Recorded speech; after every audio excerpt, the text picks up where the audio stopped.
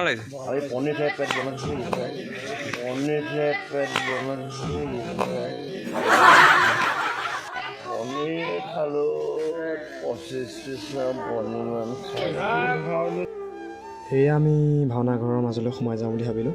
দেখিছেনে এখন ডাঙৰ গেট, মানে ইয়াত ভাগৱত পাঠ হৈ আছিলে আজি ভাওনা। সোমাই গৈ আছোঁ, ভাৱৰীয়াও আছে, বায়নৰ মানুহো আছে। ভাল লাগে ন এনেকৈ ধুনীয়াকৈ পেণ্ডেল দিলে। ইয়াৰ নামঘৰ দেখিছেনে, সৰু সৰু ল'ৰা ছোৱালী আহিছে, মানুহ আহিব আৰু লাহে লাহে। বতৰটো বৰষুণৰ যে। এয়া পেইণ্টত বহি আছে ভাস্কৰ আমাৰ, এইফালে দাদা বহি আছে। এইখিনি পেইণ্ট কৰি এজন দীপাংকৰ গদ, তেওঁ আজি হৰদত্ত গাইছে। ইয়াৰ ৰংগাদা মোবাইলত পূৰা ব্যস্ত, বাকী সকলো আছে।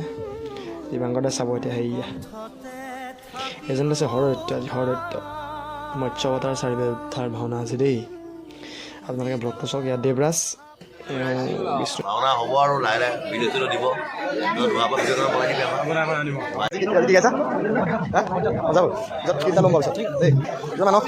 মাংস খাইছ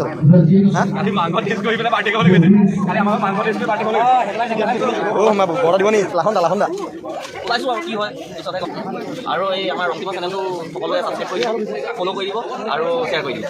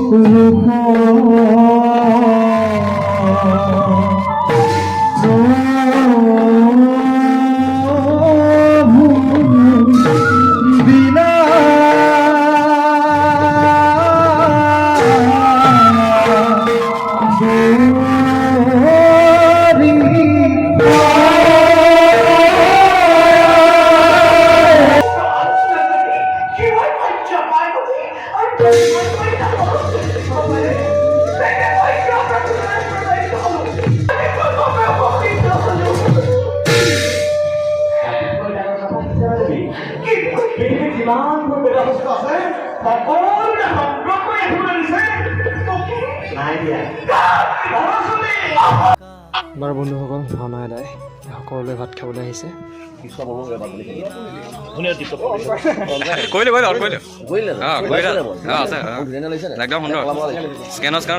পনিৰ খাই পেট বানাচ্ছি